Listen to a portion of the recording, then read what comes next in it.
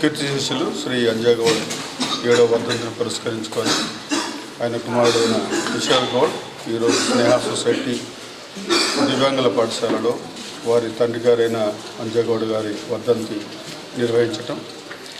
అంజాగౌడ్ గారు వ్యక్తిగతంగా నాకు కూడా మంచి మిత్రుడు. సో ఆయన పత్రికా రంగంలో పనిచేసిన కాలంలో కానీ, ఆయన లీగల్ సర్వీసెస్లో పారాలీగల్ వాలంటీర్గా పనిచేసినప్పుడు కానీ, సో నాతో చాలా సన్నిహితంగా ఉన్న మిత్రుడు. మరి ఆయన చనిపోయి నేటికి 7 years అవుతుంది. సో ఈ సందర్భంగా మరి ఆయన కుమారుడు కూడా మరి ఆయనని అలవాట్లను పుణికిపుచ్చుకొని సేవా రంగంలో, అదేవిధంగా పత్రికా రంగంలో మంచి జర్నలిస్టుగా, అదేవిధంగా సామాజిక సేవకుడిగా సేవలు అందిస్తున్నందుకు మరి నేను కిషోర్ గౌడ్ని ఈ సందర్భంగా అభినందిస్తున్నా. సో ప్రతి సంవత్సరం మరి ఆయన పుట్టినరోజు కానివ్వండి, ఆయన వర్ధంతి రోజు మరి దివ్యాంగుల పిల్లలతో జరుపుకోవడం అనేది మంచి ఆనవాయితీ.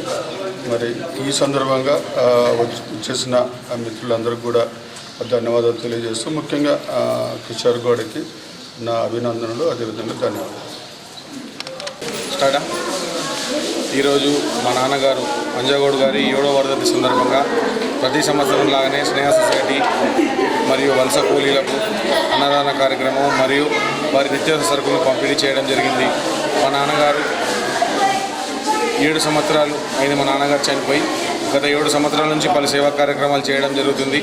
భవిష్యత్తులో కూడా మాకు తోచిన సహాయ సహకారాలను చేయడానికి ఎల్లవేళలా మేము సిద్ధంగా ఉంటాం.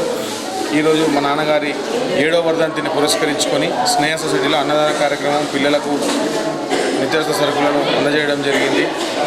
భవిష్యత్తులో కూడా పలు కార్యక్రమాలు చేయడానికి ఎల్లవేళలా మేము సిద్ధంగా ఉంటాం.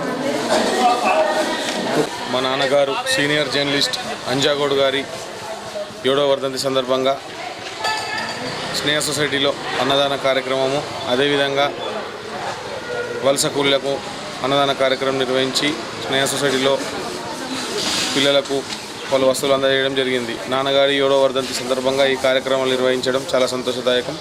అదేవిధంగా భవిష్యత్తులో కూడా పలు సేవా కార్యక్రమాలు చేయడానికి ఎల్లవేళలా మేము సిద్ధంగా ఉంటాం.